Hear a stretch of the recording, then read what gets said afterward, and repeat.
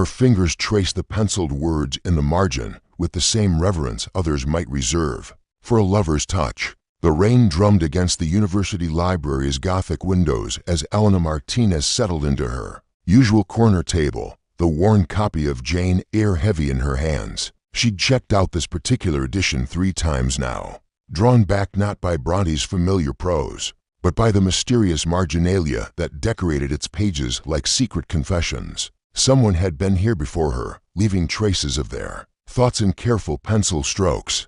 Not the typical undergraduate scrawl of "this will be on the test," but intimate observations that made her heart skip. Rochester's darkness mirrors our own hidden selves, and Jane's independence is her greatest act of rebellion. Elena had always been invisible, the quiet girl who sat in the back of lectures, who ate lunch alone while reading, who preferred the company of fictional characters to real people. Her childhood had been a series of foster homes, each one teaching her that attachment led to abandonment.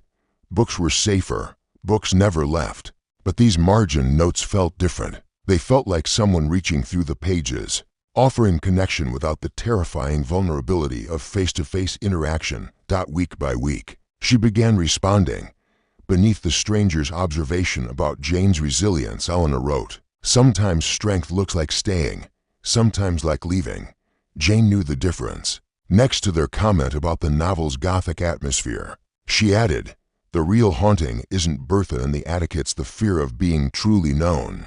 The anonymous exchange became the highlight of her weeks. She'd hurry to the library each Tuesday, fingers trembling as she opened to their designated page, chapter 17, where Jane and Rochester's relationship reaches its first emotional crescendo. The stranger's responses appeared like clockwork, thoughtful and raw in a way that made Elena feel less alone than she had in years. "Your insight about masks resonates deeply," they wrote in response to her comment about hidden identities. "We all perform versions of ourselves, but which version is real?" Elena found herself crafting responses during boring lectures, testing phrases in her head before committing them to the precious margins. She wondered about this person constantly, their age, their story, whether they felt as isolated as she did. Were they sitting somewhere else in this same library, perhaps just a few tables away?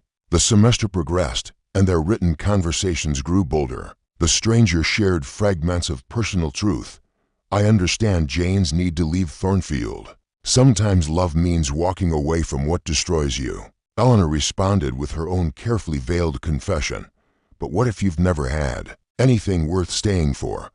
What if leaving is all you know?" She began to change her routine, arriving at different times, scanning faces in the library for someone who looked like they might understand Bronte's complex heroine. But everyone seemed absorbed in their own worlds, laptops glowing, earbuds blocking out connection.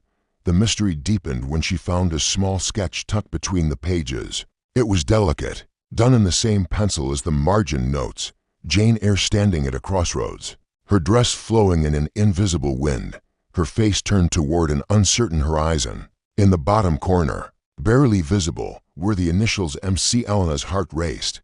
MC, finally, a clue. She spent the rest of that evening searching the university directory, cross-referencing class rosters, trying to solve the puzzle of her mysterious correspondent. But uncertainty held her back from taking the next step. What if the reality couldn't match the intimacy they'd built in the margins? What if meeting face-to-face shattered the magic they'd created?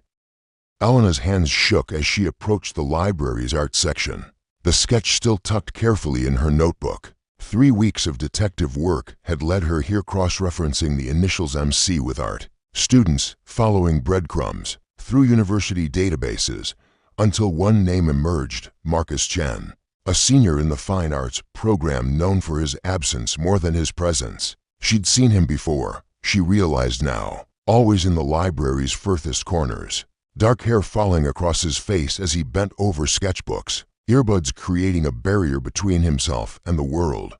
He never seemed to stay long, appearing like a ghost between classes. Finding him proved easier than expected. He sat in the library's basement level, in a study Carol most students avoided due to the flickering fluorescent light overhead. Books on art history surrounded him, but his attention was focused on a small notebook where his pencil moved in practiced strokes. Elena's courage nearly failed her for months. Their connection had existed in the safety of written words, protected by anonymity. But seeing him now, the gentle concentration on his face, the careful way he held his pencil, the same tender precision she'd grown to love in the margin, something shifted inside her. "Your drawing of Jane was beautiful," she said softly, sliding into the chair across from him. Marcus looked up, startled. His eyes were dark, guarded, with the same wariness she recognized in herself. For a moment, neither spoke. "You're my margin girl," he said finally, and his voice carried a mix of wonder and fear. Elena nodded, her heart hammering. Why Jane Eyre? Why that book? Marcus closed his sketchbook carefully, as if protecting secrets within its pages. "My mom used to read it to me when I was sick. She died when I was 15, cancer. The library copy. I found it by accident 2 years ago. Reading someone else's thoughts in the margins made me feel less alone." The confession hung between them, raw and honest. Elena understood now why his observations had felt so intimate. They came from the same place of loss that shaped her own. "Perspective. I'm sorry," she whispered. "About your mom. Foster care?" he asked gently, reading something in her expression. 7 different homes. Books were the only constant. They talked for hours in that flickering basement corner, sharing stories they'd never told anyone.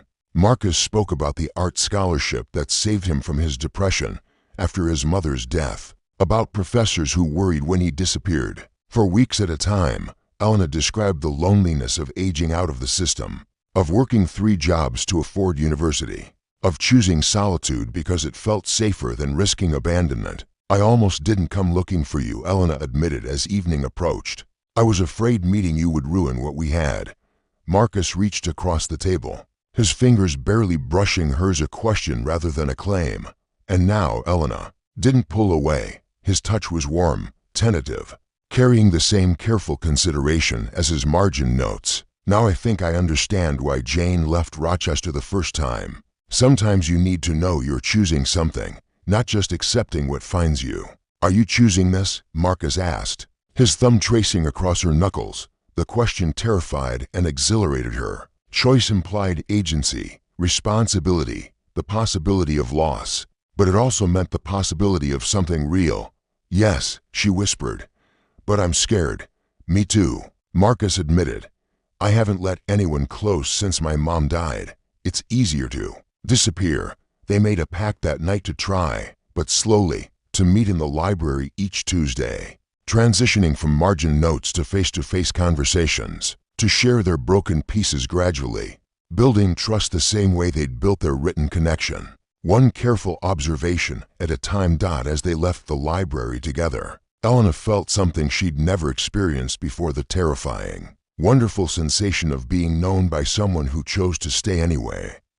6 months later, Elena found Marcus in their usual spot, but this time he wasn't alone with his sketchbook. The worn copy of Jane Eyre lay open between them, its margins now filled with both their handwriting, a palimpsest of their journey from strangers to something neither quite dared to name yet. "Look at this," Marcus said, pointing to a passage they'd debated endlessly.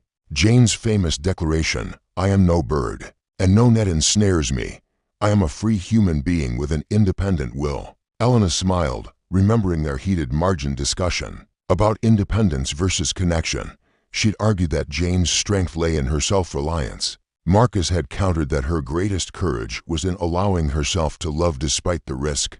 "We were both right," Elena said, settling beside him in the chair they'd learned to share. "And both wrong." Their relationship had unfolded like the slow revelation of a photograph in developer solution, gradual, sometimes surprising, always honest. They'd learned each other's triggers, how Marcus needed space when overwhelmed, disappearing for days before returning with pages of sketches that explained more than words ever could. How Elena's instinct was still to run when things felt too real, too permanent. But they'd also learned each other's languages. Elena had started leaving small notes in Marcus's sketchbooks, not critiques of his art, but celebrations of the way he saw the world. Marcus had begun showing up at Elena's part-time job with coffee during her breaks, not saying much, just being present in a way that said, "You matter." "I have something for you," Marcus said, pulling out a small leather journal. "I know you love that library copy, but I thought maybe we could start our own book." Elena opened it to find the first page already filled with Marcus's careful handwriting, not margin notes this time, but a letter addressed to her. It began, "For Elena, who taught me that some stories are better when written together." Her eyes filled with tears, the good kind, the kind that came from being overwhelmed by unexpected tenderness. "Marcus, read it later," he said quickly, suddenly shy. "But I wanted you to know I've been accepted to graduate school. Here, I'm staying." The word staying hung between them, loaded with meaning. In all of Elena's foster placements, no one had ever chosen to stay. Leaving was inevitable, expected. But Marcus was rewriting that narrative. "I got into the master's program too," Elena said, her voice barely above a whisper. "Library sciences. I want to help other people find what we found connection through books." They sat in comfortable silence, both understanding the magnitude of what they were choosing. Not just each other, but the terrifying prospect of building something lasting, of putting down roots in a world that had taught them both that permanence was an illusion. "Jane married Rochester in the end," Marcus observed, closing the worn library copy gently. "After she knew she was choosing him as an equal," Elena added. "Not from desperation or dependence, but from strength." Marcus kissed her, then soft, tentative, full of question marks and promises. It tasted like possibility, like the first page of a story they were finally brave enough to write together later. As they walked across campus hand in hand, Elena thought about the scared girl who'd first discovered those margin notes, looking for connection in safe places. She thought about Marcus, disappearing into his art to avoid the risk of loss. They'd both been haunted by different ghosts, but they'd found each other anyway.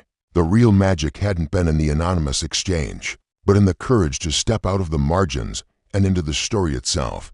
Their love wasn't the passionate, consuming fire of Gothic romance. It was something quieter, more sustainable. It was margin notes becoming late-night conversations, tentative touches becoming steady presence, to people choosing each other daily despite their fears.